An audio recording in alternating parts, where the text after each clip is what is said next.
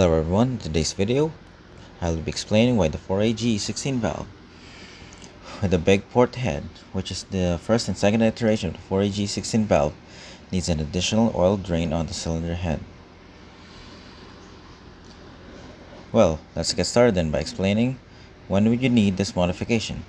Firstly, this modification personally from experience with the 4AG16 valves, specifically the ones with the big port cylinder heads, needs this modification even if it's stock, since when you account for the G-force you will experience once you fit high-performance tires on your 4AG powered vehicle, is that while cornering at a brisk pace, the oil pumped into the cylinder head will tend to pool on the intake cams, or intake side of the cylinder head, typically near the rear of the intake cams, leading to it not being drained back into the sump, leading to problems with lack of quality oil lubricating the main bearings. In saying that, this phenomenon can also be experienced when you want to have a very high revving 4AG and rev it perhaps 10,000 RPM, which leads to over-oiling the cylinder head and not draining fast enough in order to ensure that the main bearings are properly lubricated. And add the cornering phenomenon that I mentioned earlier, then this will lead to a catastrophic engine failure,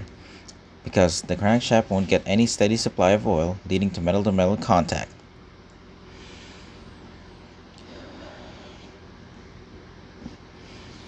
Now moving forward, by adding an oil drain in the cylinder head, and in this case it is at the rear of the intake cams, because as I said earlier, oil typically pools at the intake cams. This in itself will greatly improve the oil drain back into the sump, allowing for oil still being in the sump and not being all sucked up into the head. Hence, the crankshaft will still have sufficient oiling, preventing metal-to-metal contact with the main bearings. As you guys have seen thus far from the images, this is a 4AG16 valve big port head that is going through the same modification that I have previously mentioned. And personally, I would highly recommend drilling for a 1.5 inch NPT to a -10 AN